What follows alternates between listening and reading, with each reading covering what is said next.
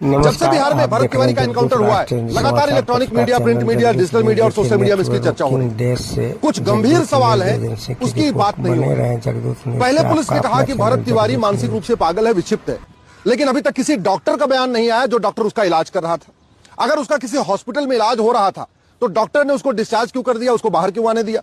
और अगर वो बाहर आ भी गया था तो हमारा कानून ये कहता है कि कोई भी पुलिस जब उसको पता चल जाए कि एक मानसिक व्यक्ति, एक विक्षिप्त व्यक्ति, पागल व्यक्ति बाहर घूम रहा है तो उसको पकड़ के ले जाके वापस वहीं हॉस्पिटल में उसको दोबारा एडमिट करा सकती है, ये कानून कहता है।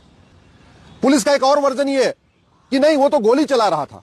वैसे सामान्यतः जब ऐसे केस होते हैं जहां किसी व्यक्ति को घेरा जाता है तो पुलिस खुद ही वीडियो बनाती रहती है, मोबाइल से वीडियो बना लेती है। कई बार तो प्रोफेशनल लोगों को बुला के कैमरे से उनका वीडियो बनवाया जाता है।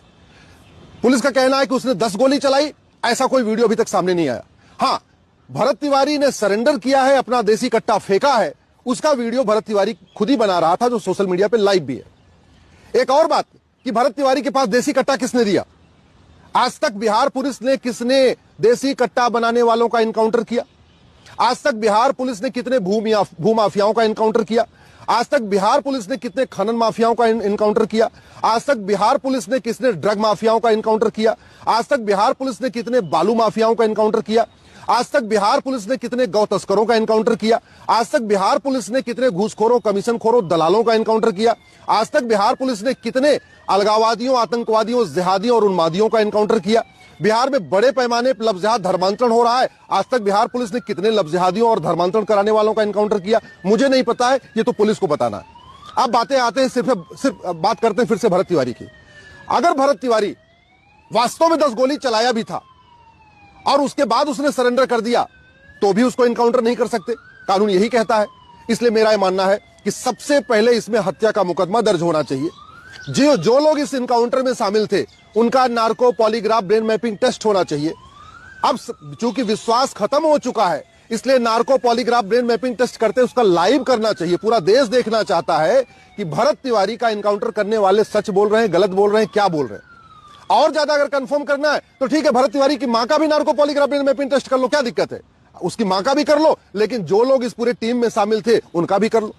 एक वीडियो ऐसा भी आ रहा है कि जहां कि जो लोग वहां पे खड़े हुए थे वो ऊपर इंस्ट्रक्शन लेते हैं क्या करना है। तो अगर ऊपर से इंस्ट्रक्शन आया कि इसको गोली मार दो तो उनका भी एनकाउंटर होना चाहिए, उनके खिलाफ भी हत्या का मुकदमा दर्ज होना चाहिए। और सबसे बड़ी बात, जो भरत तिवारी बार बार कह रहा है हमारा गांव बदहाल है, गांव में कोई सुन नहीं रहा है, कलेक्टर कप्तान आके यहां की व्यवस्था नहीं देख रहे, उनके खिलाफ क्या कार्रवाई हो रही? तो सबसे बड़ी बात, इस पूरी समस्या का मूल कारण है यह 1861 का घटिया पुलिस एक्ट। यह अंग्रेजों ने बनाया था इस देश को लूटने के लिए, बांटने के लिए। यह कानून आज भी चल रहा है। इसलिए जो पुलिस पहले अंग्रेजों की गुलाम थी, आज की डेट में वो सत्ता की गुलाम बन गई है। पहले अंग्रेजों के इशारे पे जलियांवाला बाग कांड करती थी, पहले अंग्रेजों के इशारे पे लाल बाल पाल को लाठी से मारती थी, पहले अंग्रेजों के कहने पे वीर सावरकर को काला पानी देती थी। अब चूंकि कानून वही है तो स्वाभाविक सी बात है पुलिस का रवैया वही है। इसमें पुलिस का भी दोष नहीं है, क्योंकि अगर वो ऊपर से आला कमान की बात नहीं मानेगा तो उसका रातों रात ट्रांसफर कर दिया जाएगा। तो इस अस्थायी समाधान यह है, इस 1861 के घटिया पुलिस एक्ट को उठा के फेंक दिया जाए, भारत में एक यूनिफॉर्म पुलिस कोड बनाया जाए, एक पुलिस चार्टर लागू किया जाए। ये थाना जो भ्रष्टाचार, कमीशनखोरी, दलाली का अड्डा बना हुआ है, इसको प्राथमिक सुरक्षा केंद्र बनाया जाए। ये नाम बदल दिए जाए, ये हवलदार, थानेदार, पेशकार नाम ही बदल दिया जाए, ये कुछ नया नाम रखा जाए। और साथ में साथ narco polygraph brain mapping mandatory कर दिया जाए। जब जब कोई इनकाउंटर हो उसमें दोनों पक्षों का narco polygraph brain mapping mandatory हो, अब आरोप लगाने वालों का भी और इनकाउंटर करने वालों का भी, और जिससे दूध का दूध, पानी का पानी हो। और सबसे बड़ी बात, अब समय आ चुका है एक इन्वेस्टिगेशन का चार्टर हो। भारत में उसी अपराध में यूपी में अलग तरीके से जांच होती है, बिहार में अलग तरीके से जांच होती है, बंगाल में अलग तरीके से जांच होती है। सत्ता बदल जाती है तो फिर पुलिस का व्यवहार बदल जाता है। जैसे यूपी में 2017 के पहले जब तक अखिलेश की सरकार थी, आतंकवादियों का मुकदमा वापस हो रहा था। जब से 2017 के बाद योगी जी की सरकार है, पुलिस का रवैया बदला हुआ है। तो पुलिस का रवैया शासन बदलने से नहीं बदलना चाहिए, पुलिस का रवैया पार्टी बदलने से नहीं बदलना चाहिए। पुलिस को वेतन भत्ता, गाड़ी बंगला मिलता है लोगों को सुरक्षा देने के लिए। तो लोगों को सुरक्षा देने के लिए जरूरी है एक इन्वेस्टिगेशन का प्रॉपर चार्टर हो, एक पुलिस चार्टर हो, एक एडमिनिस्ट्रेटिव चार्टर हो, एक जुडिशियल चार्टर हो, एक यूनिफॉर्म पुलिस कोड हो, एक यूनिफॉर्म एडमिनिस्ट्रेटिव कोड हो, एक यूनिफॉर्म जुडिशियल कोड हो, और साथ ही साथ जस्टिस विद इन ईयर हो।